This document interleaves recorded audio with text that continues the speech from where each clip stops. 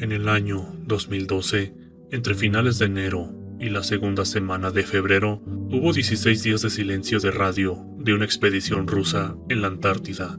El grupo de investigadores tenía la intención de alcanzar y estudiar el lago Vostok, una masa de agua subterránea que se encontraba a casi 4.000 metros por debajo de la superficie y que no había estado en contacto con el aire exterior durante más de 20.000 años. La tripulación inicial estaba formada por 8 personas, pero solo una de ellas regresó con vida.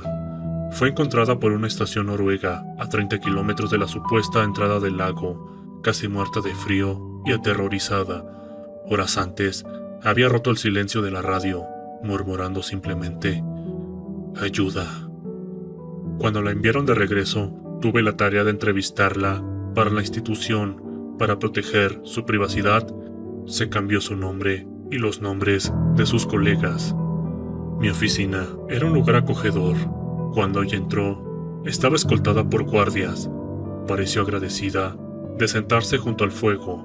Permaneció en silencio y quieta hasta que nos dejaron completamente solas. Mis superiores creían que se sentiría más a gusto con otra mujer, preferiblemente de su misma edad. Por eso me habían elegido. «Bienvenida, señorita Ivanova. Por favor, tome asiento y tome su tiempo para hablar. ¿Le gustaría una bebida caliente?». Ella sintió.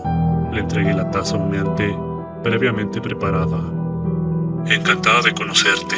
Mi nombre es Astrid», continué. Ella estaba temblando. Sus ojos mostraban miedo y sospecha, pero sus hombros se relajaron un poco. «Mi nombre es Christine». «Vaya, ese es un nombre hermoso, Christine. ¿Qué edad tienes?». «Tengo 36». «Vaya, 37 tengo yo. ¿Cuándo es tu cumpleaños?».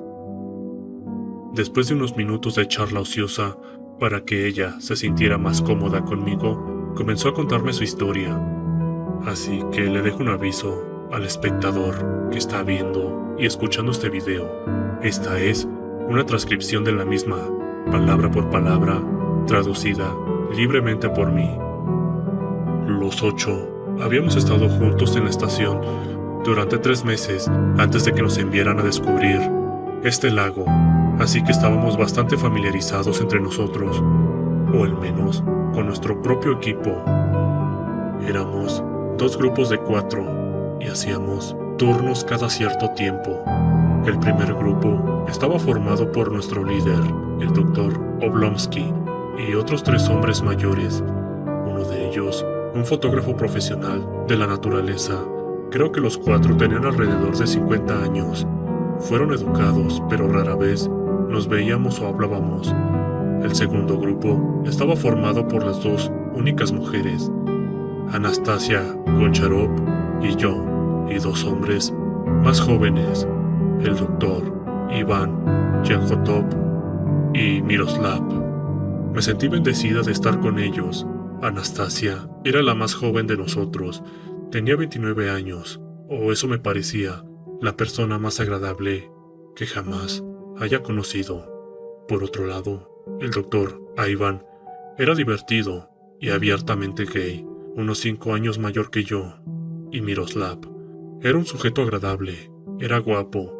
Creo que era inevitable que no nos juntáramos por el encierro, pero realmente me agradaba. Creo que también hubiéramos salido en un entorno normal. Aquí hago una breve observación. Para evaluar cómo su pérdida afectó su salud mental, le pregunté si estaban enamorados. Creo que estar enamorados sería una exageración, pero creo que estuvimos muy bien juntos. Hicimos planes para vernos después de regresar a casa, ya que vivíamos a 2 horas el uno del otro. Le pregunté si tuvo algún problema con alguien de su grupo. Todos se llevaban bien, eso creo, o al menos yo estaba bien con todos los demás. El doctor Oblonsky era un líder excelente y a veces uno de los chicos de su grupo tenía discusiones acaloradas con él, pero todo era profesional. Todo el mundo quería hacer lo mejor para nuestra investigación. Le pregunté cómo se sentían los compañeros de trabajo sobre ella y Miroslav saliendo. El doctor, Ivan, era nuestro vicelíder. Sabía de nosotros y no le importaba. Anastasia también lo sabía, ya que siempre estaba ahí. El doctor Oblonsky nunca fue informado de nuestra relación ni de los demás. No pensamos que fuera necesario. La semana antes de que comenzara la expedición, el doctor Oblonsky mantuvo una reunión con todos. Se decidió que su grupo iba un día por delante del resto de nosotros, porque eran los más experimentados. Ya sabes lo que significa. Querían el descubrimiento para ellos mismos, y solo éramos su respaldo en caso de que tuvieran que ser rescatados. Aún así, el doctor Ivan aceptó graciosamente. Los 4 no éramos tan importantes como los demás, así que no estábamos dispuestos a montar una escena al respecto. Teniendo en cuenta nuestra edad, estoy seguro de que tendremos otras oportunidades, dijo el doctor Ivan. Pobre de él. Todos nos despertamos temprano el primer día de la expedición. Nos despedimos de los demás y de vez en cuando decían algunas cosas en la radio. La entrada al lago era una gran cueva y desde entonces tendríamos que caminar los 4 kilómetros. Carajos, no podemos encontrar la entrada. Dr. Oblonsky se quejó en la radio. Media hora después, se quejó de sentirse vigilado y luego nos informó que encontró la entrada en el mismo lugar donde había estado, como si se hubiera abierto mágicamente. Pensamos que la nieve estaba empezando a confundirlo. Tenía experiencia, por supuesto, pero esta era la primera vez que entrábamos a este lugar. Después de que entraron a la cueva, es comprensible que perdimos el contacto por la radio. No fue preocupación al principio. Salimos al día siguiente a la hora asignada. A nosotros también nos costó encontrar la entrada. Nos tomó tanto tiempo que casi nos rendimos y volvimos a la estación. Aquí hago una breve aclaración, preguntándole cómo lo hicieron para encontrar la entrada finalmente. Era más o menos lo que el doctor Oblonsky describió. No estaba allí, entonces nos sentimos observados y de repente estaba allí. Era como Ali Baba y los 40 ladrones. Dentro de la cueva estaba tan oscuro y húmedo que pensé que se iba a derrumbar.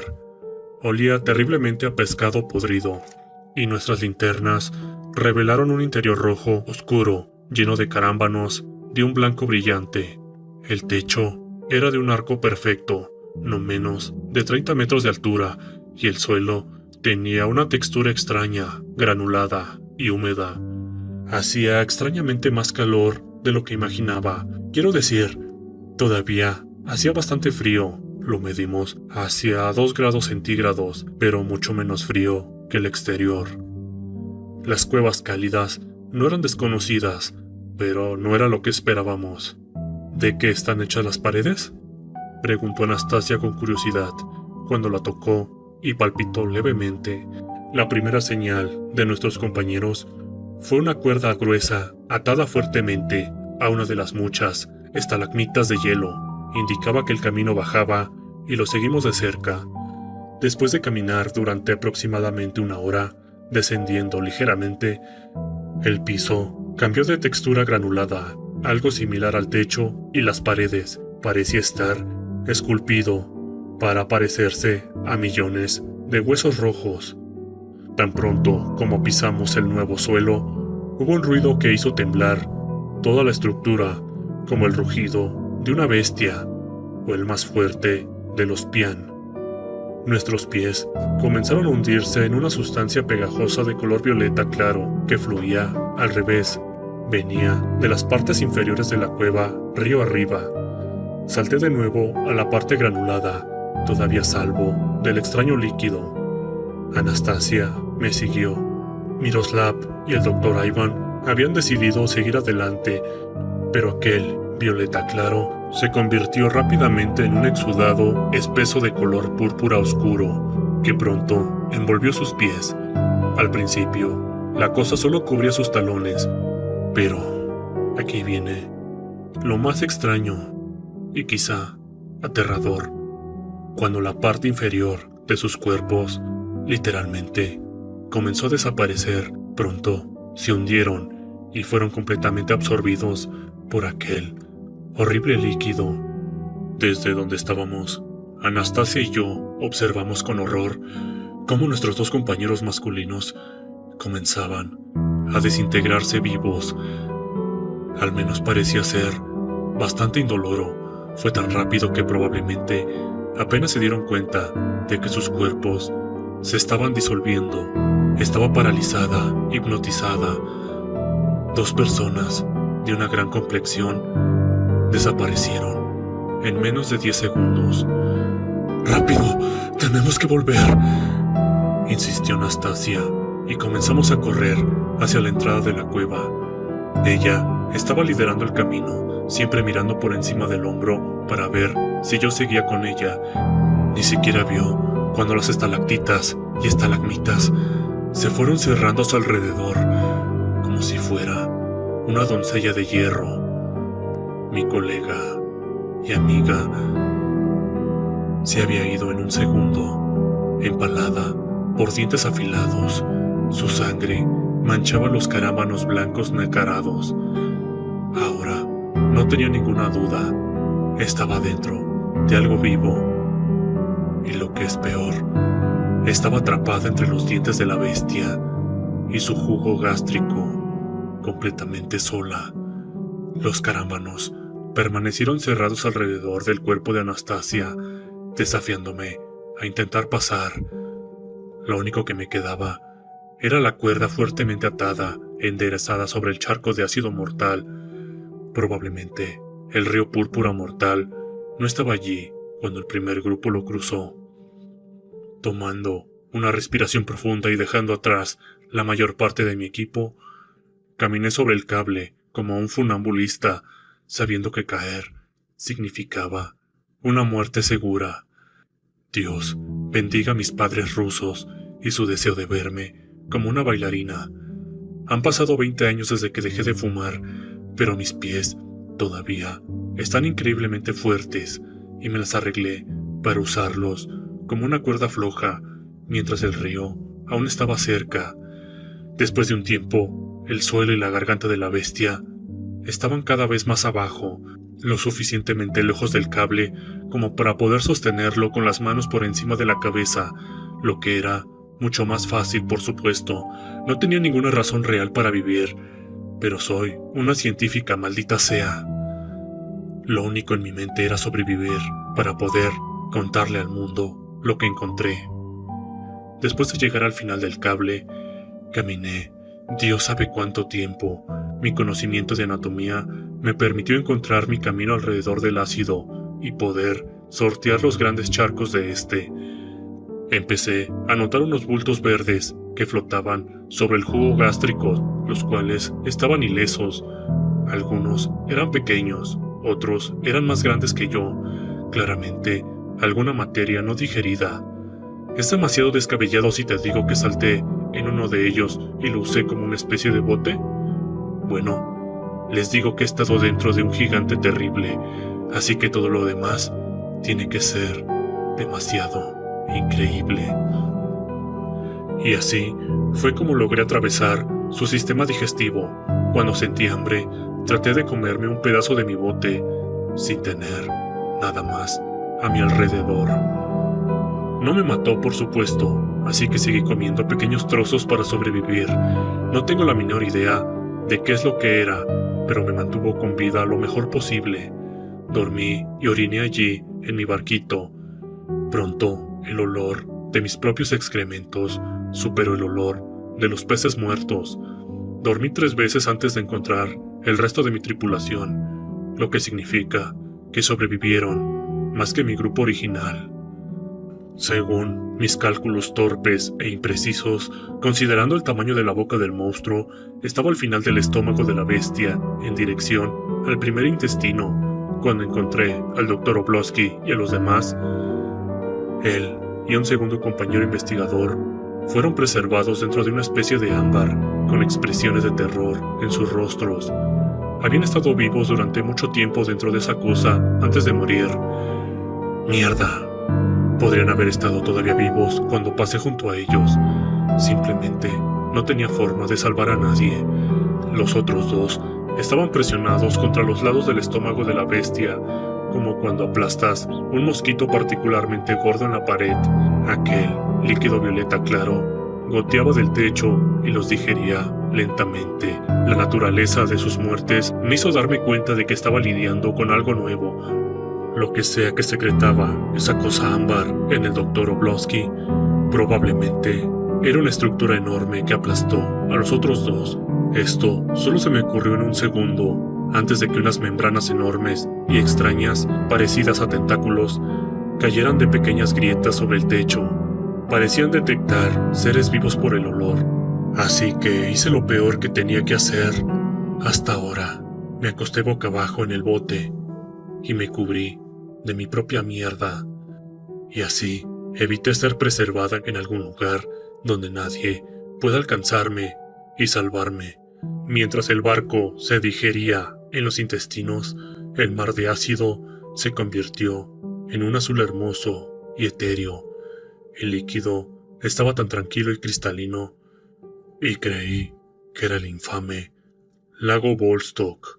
Incluso el ruido, un zumbido extraño y constante, y el horrible olor fueron disminuyendo, dando a pingüinos extraños, mariposas gigantes. También había un hombre primitivo, un oso primitivo, 3 mamuts y un humanoide de más de 4 metros en posición fetal.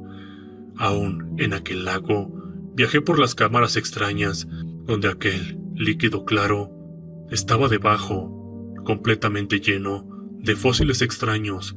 Algunos tenían 20 ojos, algunos tenían 3 piernas y 8 cabezas. Algunos estaban hechos principalmente de lenguas, y algunos otros eran cerebros con extremidades largas. También había otros. Eran simplemente indescriptibles. Parpadeaban y se retorcían, o movían lo que parecía ser su cabeza en mi dirección, solo para mirarme como si estuvieran vivos, pero en un estado de letargo. La boca, el esófago y el estómago de la criatura habían sido tan oscuros, pero el duodeno estaba lleno de un místico resplandor azul polar. El techo estaba lleno de hermosos cristales de sal que reflejaban la luz como un caleidoscopio celestial. Fue como si estuviera en el mismo útero de la creación, el punto de partida del planeta mismo, el nacimiento de las cosas que han sido y serán. Estaba tan desconcertada al mismo tiempo por su horrible belleza, aterrorizada e intrigada. Deseaba tener algo para poder tomarle fotos, pero para viajar ligero con la cuerda solo me quedaba la ropa, la linterna y una pequeña radio por si alguna vez salía algún tipo de comunicación, por si llegaba a salir. Nuestras cámaras eran demasiado pesadas y los teléfonos, bueno, no tenían sentido. Después de ver todo tipo de criaturas inexpresables, mi bote entró en lo que creía era el yuyeno del gigante, que volvía a estar oscuro y espantoso. En lugar de un gran lago, ahora navegaba de nuevo en un estrecho arroyo. En este punto siento que me desmayé durante algún tiempo. Pensándolo bien, es casi como si el monstruo quisiera que saliera de su cuerpo. Tal vez pensó, ahora que esto ha llegado tan lejos, la dejaré ir. Quizá quiera que el mundo lo sepa. Esta parte es un poco borrosa, pero sé que fue horriblemente repugnante viajar a través de su ilión. Ser cagado por un monstruo fue horriblemente indescriptible, un trauma que llevo hoy y llevaré siempre. Solo diré que perdí mi bote y pensé que iba a morir por asfixia, pero en cambio vi la luz de afuera. Estaba cubierto por un lodo negro azabache, pero se derretía en contacto con la nieve. Pedí ayuda por la radio y me desmayé en medio de una tormenta de nieve. Luego, cuando me desperté de nuevo, me reí de la idea de que la hipotermia me mataría después de todo lo que pasé. Así que tropecé hasta una zona de construcción que pensé que estaba viendo en la distancia. Y el resto, bueno, lo sabes. Los noruegos me encontraron y me salvaron la vida. En mi informe, me aseguré de enfatizar que Christine Ivanova sonaba lúcida e inteligente. Si su historia era falsa, ciertamente no lo estaba inventando para llamar la atención, pero realmente creía que sucedió. Físicamente se veía lamentable, pero era comprensible después de estar 16 días perdida, la desnutrición y también, sin contar, los tranquilizantes que le fueron suministrados. Mis superiores, sin embargo, pensaron que era una tontería total. Solo las divagaciones de una sobreviviente traumatizada y a la que nunca más volvieron a enviar a mi oficina nuevamente. No volví a ver a Cristina, pero supe que murió un año después de nuestra entrevista. Durante años, seguí adelante con mi vida. Como psiquiatra de una agencia gubernamental, entrevisté a otras personas que estaban perdidas. Ellas me contaron historias extrañas, algunas casi tan extrañas como la de ella. Pensé que la había olvidado, hasta hace poco. Últimamente me siento un poco enferma todo el tiempo. Mi piel está ligeramente morada. Y es como si estos extraños bultos aparecieran justo debajo de mi piel de vez en cuando. Son indoloros, pero muy sólidos. Ningún médico pudo darme un diagnóstico concluyente. Quizás estoy siendo un poco paranoica, pero parecen ojos pequeños, recordándome a su historia. Por un capricho, decidí buscar en internet a las personas que habían estado en contacto con Christine Ivanova. En aquel entonces, los noruegos, los guardias, incluso mi ex jefe. Al día de hoy, todos los que la rodearon están enfermos o moribundos.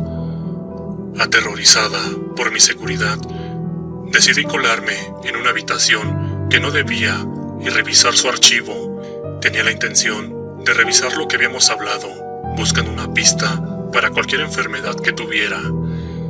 Su archivo se actualizó por última vez un año después de nuestra conversación, junto con una foto de su cadáver. Según el momento de su muerte, Christine Ivanova tenía 20 ojos y sus extremidades se habían convertido en lenguas. Y bueno, si algo me llega a pasar, que quede como un registro todo esto. No sé si esté muerta a la fecha que mis palabras hayan sido dadas a conocer, pero hay algo allá afuera, en la nieve, en aquel lago, que parece estar vivo. Dios se apiade de quien vaya ahí.